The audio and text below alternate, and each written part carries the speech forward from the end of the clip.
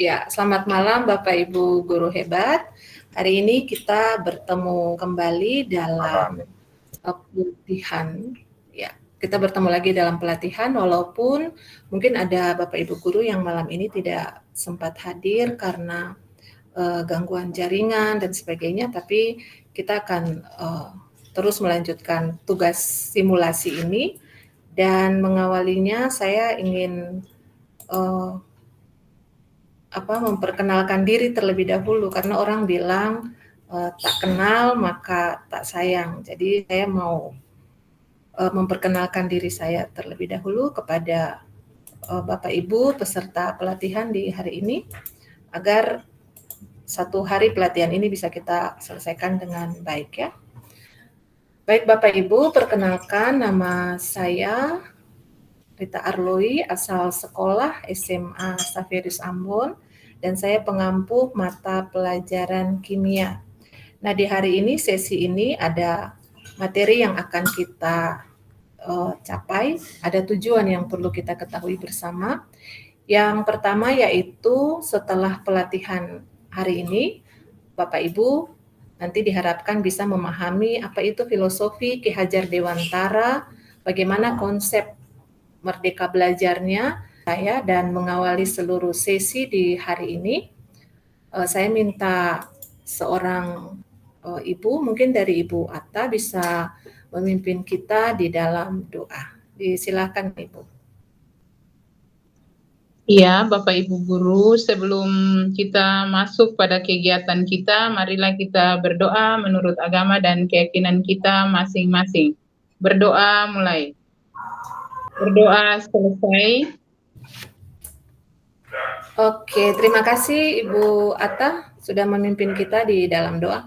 Baik Bapak Ibu, bagaimana kabarnya di malam hari ini? Puji Tuhan kabar baik, Ibu. Puji Tuhan kabar baik. Pak Doni, bagaimana kabarnya? Sehat Ibu, baik selalu. Berarti sudah siap ya, kita akan mengikuti sesi pertama di hari ini. Baik Bapak Ibu, ya. Sebelumnya mungkin kita kenalan dulu.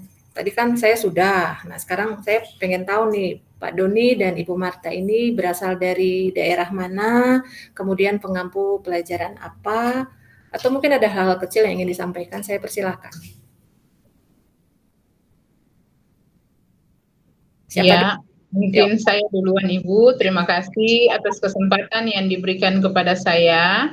Nama saya Ibu Marta Sangaji, berasal dari SMA Negeri 13 Maluku Tengah, yang adanya di daerah Seram Utara Timur Seti.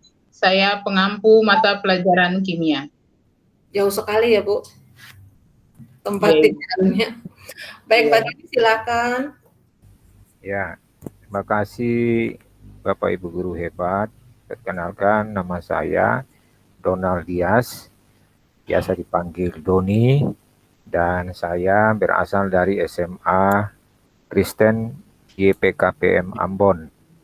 Ya, saya sendiri sehari-hari sebagai guru pengampu mata pelajaran kimia juga, sama seperti Ibu Atta.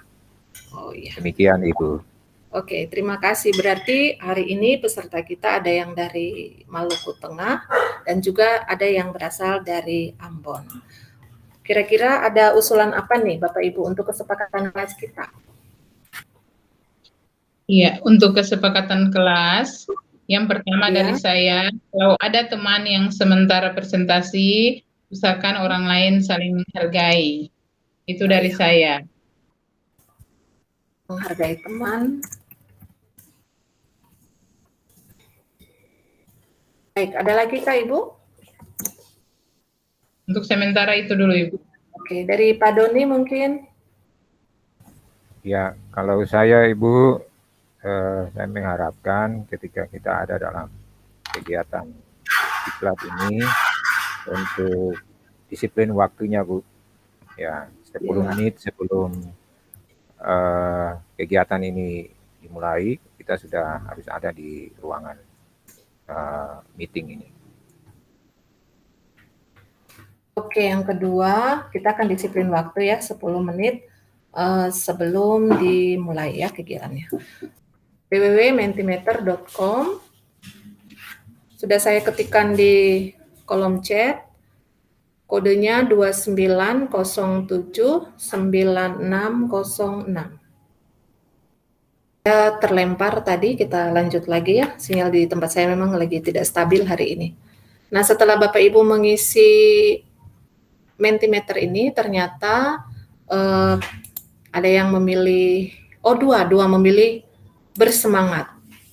Oke, baik, yang memilih bersemangat mungkin bisa diceritakan semangatnya nih gimana. Mulai dari Bu Ata deh. Kemudian nanti diganti oleh Pak Duni. Bisa diceritakan perasaannya kenapa bisa bersemangat ya? Padahal ini sudah larut malam. Ya, oke. Terima kasih Ibu atas kesempatan yang diberikan kepada saya. Ya, dalam hal ini saya memilih bersemangat karena dengan adanya kegiatan ini, yaitu kegiatan simulasi IHT, yang mana dia merupakan pembelajaran tentang kurikulum berbasis pelajar Pancasila. Maka di sini kita lihat, kita selaku guru yang pertama kita harus bersemangat dulu di dalam keadaan apapun, kita harus menanggapinya dengan semangat. Supaya pada akhirnya apabila kita sebagai guru yang mana sebagai motor penggerak untuk majunya kurikulum ini kita bersemangat, otomatis peserta didik kita juga akan lebih bersemangat. Terima kasih. Oke, terima kasih Bu Ata. Dari Pak Doni, pilih bersemangat juga nih. Saya pengen tahu nih alasannya sama tidak dengan Ibu Ata. Silakan Pak Doni. Ya, saya juga hampir sama dengan Ibu Ata, bahwa kalau guru tidak bersemangat, bagaimana proses pembelajaran itu dia bisa menyenangkan dan bermakna. Apalagi kita sudah terpilih selaku sekolah-sekolah penggerak yang akan melaksanakan kurikulum sekolah penggerak di tahun pelajaran yang baru ini. Karena itu kita harus bersemangat. Apalagi ini hal baru bagi kita, dan hal ini tidak boleh kita buang percuma, tapi kita harus bisa mengambil hal-hal yang positif untuk nantinya kita kembangkan dalam sekolah kita masing-masing. Demikian Ibu. Oke, semangat terus ya sampai selesai sesi ini ya Bapak Ibu ya. Saya pengen tahu nih, kira-kira apa sih yang Bapak Ibu ketahui dari tokoh ini? Ya, boleh dijawab dengan mengklik di sticky note di sini, lalu tuliskan jawaban Bapak Ibu, nama, sekolah, sama jawabannya. Apa yang Bapak Ibu ketahui tentang tokoh ini yang ada di gambar? Disilakan Bapak Ibu, 1 menit ya menuliskan apa yang Bapak Ibu ketahui tentang beliau. Di room chat itu saya ada kirim linknya, boleh silakan diisi. Jangan panjang-panjang Bapak Ibu nulisnya, yang inti-inti pentingnya saja, atau bisa juga Bapak Ibu menuliskan kata-kata kunci tentang tokoh ini. Baik, sudah ada yang memberikan jawabannya. Ini adalah betul ya, Bapak Pendidikan Indonesia Ki Hajar Dewantara. Apa sih yang diketahui sedikit saja tentang Ki Hajar Dewantara menurut Bapak Ibu? Ya, baik Ibu. Ki Hajar Dewantara adalah seorang tokoh atau Bapak Pendidikan Indonesia, karena hari lahirnya itu kita peringati sebagai Hari Pendidikan Nasional di tanggal 2 Mei. Dan karena itu beliau sangat berjasa sekali bagi pendidikan di Indonesia, dimulai dengan mendirikan taman siswa untuk anak-anak pribumi yang menjadi cikal bakal anak-anak tersebut nantinya menjadi bangsa ini dalam mengisi kemerdekaan yang sudah diraih dari bangsa kolonial. Demikian Ibu. Hari ini kita akan mempelajari sedikit saja tentang apa sih yang dimaksud dengan filosofi Ki Hajar Dewantara. Tadi Pak Doni sudah mengatakan bahwa beliau ini adalah Bapak Pendidikan Indonesia. Dan pada pendidikan sekolah penggerak ini kita akan lebih lagi mendalami kenapa sih kita harus memijak kepada apa yang beliau ajarkan. Nah, yang berikut silakan Bapak Ibu lihat bahan tayang ini, saya akan tunjukkan. Sudah bisa terlihat ya Bapak Ibu ya? Oke. Baik, jadi menurut Ki Hajar Dewantara, kita nih bergerak di bidang pendidikan ya. Jadi menurut Ki Hajar Dewantara itu pendidikan itu seharusnya menuntun. Ini kata kuncinya. Jadi kalau menuntun itu berarti kita sebagai guru bisa menuntun anak-anak kita gitu. Jadi Ki Hajar Dewantara nih berkata gini, jadi dia memberikan filosofi tentang seorang tukang kebun. Jadi misalnya kalau dia kasih contoh itu tentang padi ya, karena Ki Hajar Dewantara ini orang Jawa, jadi hari-harinya dia ngeliatin padi begitu, jadi dia memberikan contoh tentang padi. Jadi kalau misalnya menanam padi, maka yang tumbuh itu yang diharapkan itu ya padi juga gitu. Jadi tidak bisa menanam padi lalu nanti tumbuhnya tumbuhan lain, misalnya jagung dan sebagainya. Nah, filosofi ini juga mau mengajak kita, Bapak Ibu guru, untuk ingat selalu bahwa anak-anak ini semuanya lahir, mereka sudah punya bibit tersendiri, ibaratnya bibit padi tadi. Nah, tugas kita sebagai guru menuntun ini artinya menjaga, merawat ya. Kalau kita misalnya punya tanaman, pasti kan kita rawat, kita bersihkan, kita beri pupuk, kita menjauhkan dari hama-hama dan sebagainya. Itulah yang mau ditekankan oleh seorang tokoh yang namanya Ki Hajar Dewantara tadi. Jadi kita menanamkan hal-hal yang baik kepada anak itu dengan cara apa? Ini kata kuncinya, menghamba kepada sang anak. Nah, kita kan tahu ya kalau misalnya menghamba itu berarti ingin agar anak itu semua kebutuhannya itu bisa dipenuhi. Nah, caranya gimana? Nanti kita akan lihat ya, ada cara-cara yang diajarkan melalui filosofi Ki Hajar Dewantara ini bagaimana caranya kita bisa menghamba kepada anak. Dan untuk menghamba kepada anak itu, kita sebagai guru juga harus memahami kodrat anak. Kodrat anak itu ada kodrat alam dan zaman, dan juga ada namanya kodrat bermain. Baik, saya lanjutkan ya. Untuk yang memahami kodrat untuk kita sebagai guru, kita juga harus memahami kodrat anak, alam dan zaman, dan kodrat bermain.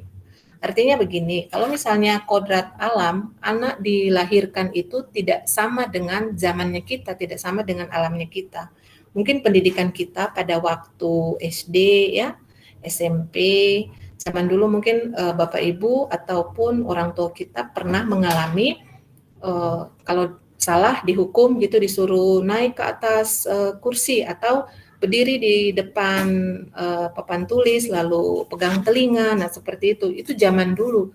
Kalau zaman sekarang sudah tidak bisa seperti itu. Itu yang dimaksud dengan memahami kodrat alam dan kodrat zaman. Kalau dulu mungkin ada ya, kita menulis pakai batu tulis. Saya pernah bertanya pakai batu tulis. Kalau zaman sekarang itu tidak relevan, kita suruh anak nulis banyak-banyak begitu, itu sudah tidak sesuai dengan kodratnya, karena kodrat anak yang lahir zaman sekarang ini itu generasinya sudah beda dengan kita, sehingga perlu kita memahami kodrat itu.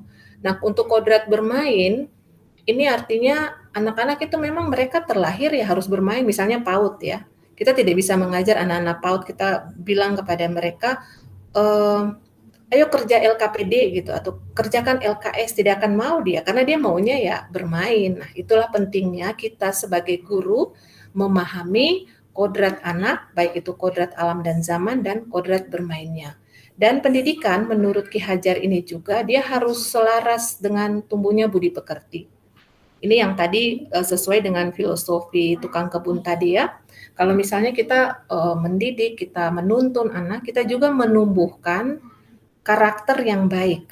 Nah, karakter yang baik itu ditumbuhkan tidak sehari dua hari, tapi mulai dari yang paling dasar, dari anak-anak masih kecil sekali, karakter-karakter itu perlu ditumbuhkan. Ini sesuai dengan teori konvergensi yang mengatakan bahwa anak itu lahir mereka sudah punya yang namanya bibit-bibit yang baik. Jadi mereka terlahir itu secara samar, karakternya itu masih samar. Nanti setelah mereka duduk di bangku pendidikan, orang tua di rumah mendidik mereka, kita sebagai guru juga berusaha untuk menebalkan tulisan-tulisan yang samar itu. Nah, yang ditebalkan itu yang mana? Ini yang budi pekertinya itu yang kita tebalkan. Jadi ada yang baiknya itu kita tonjolkan, yang tidak baiknya itu kalau bisa tuh diredam, dikurangi sampai akhirnya nanti dia ininya tidak muncul lagi, yang jelek-jeleknya itu tidak muncul. Nah, sekarang untuk menjadikan hal tersebut pendidikan yang menuntun menurut Ki Hajar Dewantara itu, maka murid itu dia harus menjadi manusia yang merdeka. Nah, merdeka ini apa? Karakternya yang merdeka. Jadi merdeka itu bukan tanpa lepas begitu saja, bukan seperti itu. Tapi merdeka yang tertuntun, merdeka yang dituntun oleh kita dengan tetap memperhatikan ketertiban, kedamaian di tengah masyarakat. Karena sekali lagi pendidikan menurut filosofi Ki Hajar Dewantara itu membuat anak itu merasa bahagia, dan untuk mencapai kebahagiaan itu tugas kita sebagai guru untuk merancangnya nanti. Nah, sekarang Bapak Ibu boleh lihat nih gambar yang berikut. Ini ya, gambar pertama nih sepotong ini, dan gambar yang kedua. Ini gambarnya sesudah tsunami di Palu ya, tahun 2018. Ini di Palunya Bapak Ibu, ini di Jepang. Kira-kira menurut Bapak Ibu bedanya apa ya antara kedua gambar ini?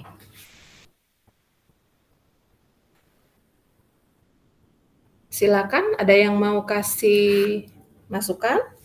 Bedanya apa antara gambar yang ini dengan gambar yang sebelah kiri ini? Ini di Indonesia, ini di Jepang. Bedanya apa? Ya, saya Ibu. Ya, silakan. Ya.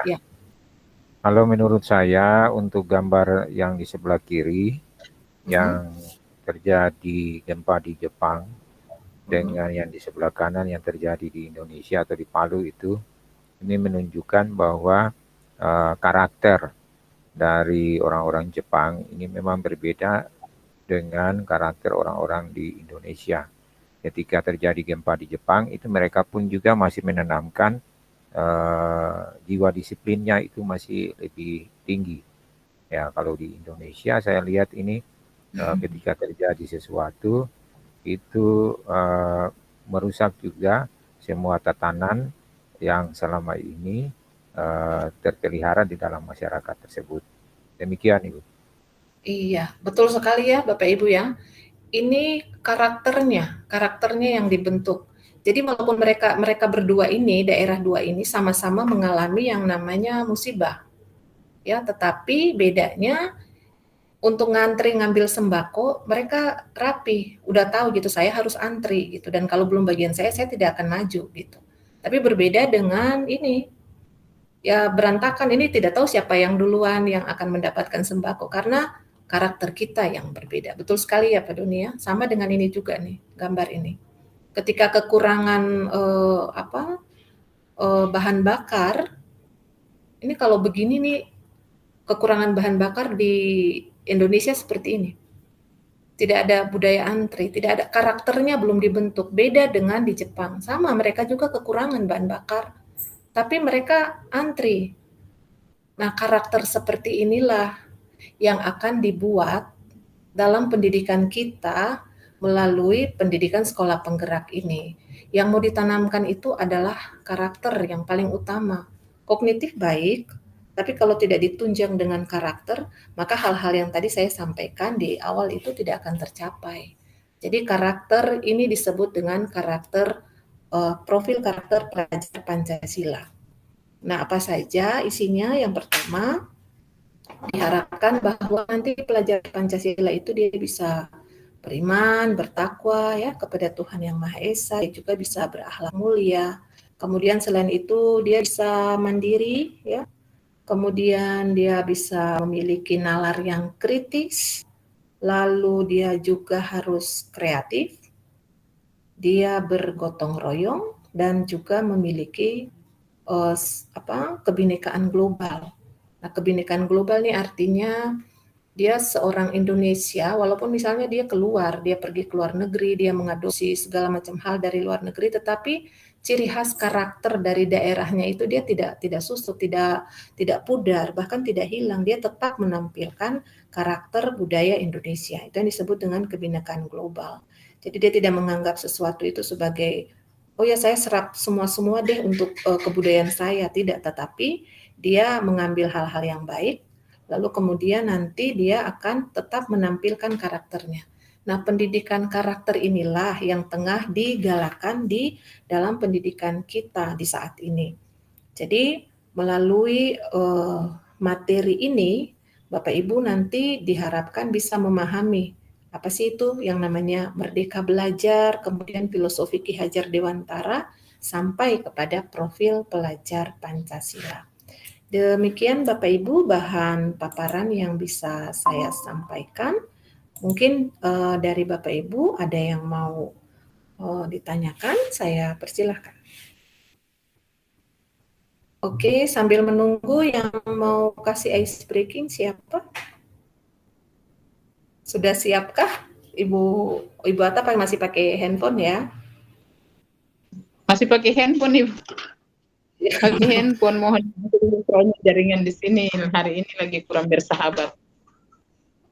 Oke, dari Pak Doni ada mau kasih ice breaking? Siap Ibu, siap. Untuk ice breakingnya mungkin kita hanya akan dengan foto saja. Ya, yang pertama mungkin dengan gaya yang biasa dulu Bapak Ibu. Ya, gaya yang normal. Mungkin Bapak Ibu bisa memberikan gaya normal, gaya foto yang normal. Ya, gaya untuk pengambilan untuk KTP. Ya, silakan Bapak Ibu. Gaya yang Bapak Ibu biasa berikan kepada anak-anak kita. Ya, Bu, ekspresinya saja yang mau dimintakan. Yang biasanya Bapak Ibu kalau foto dengan siswa itu gayanya bagaimana? Silakan Bapak Ibu.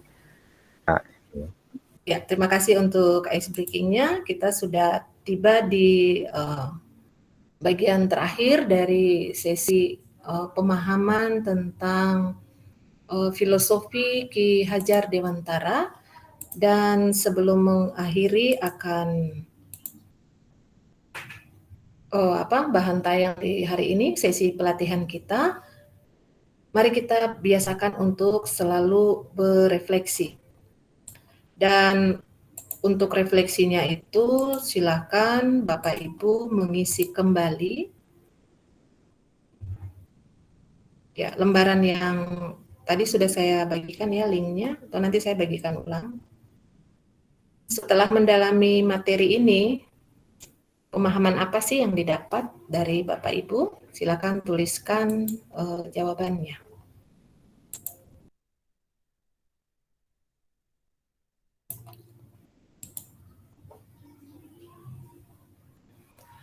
Oke, baik Bapak Ibu, ini sudah ada yang menuliskan refleksinya ya, bahwa filosofi pendidikan menurut Ki Hajar Dewantara yaitu pendidikan yang memerdekakan.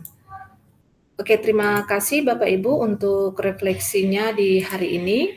Semoga materi yang kita dapatkan tadi menjadi dasar bagi kita untuk menyusun pembelajaran seperti apa sih yang menjadi pembelajaran yang memerdekakan.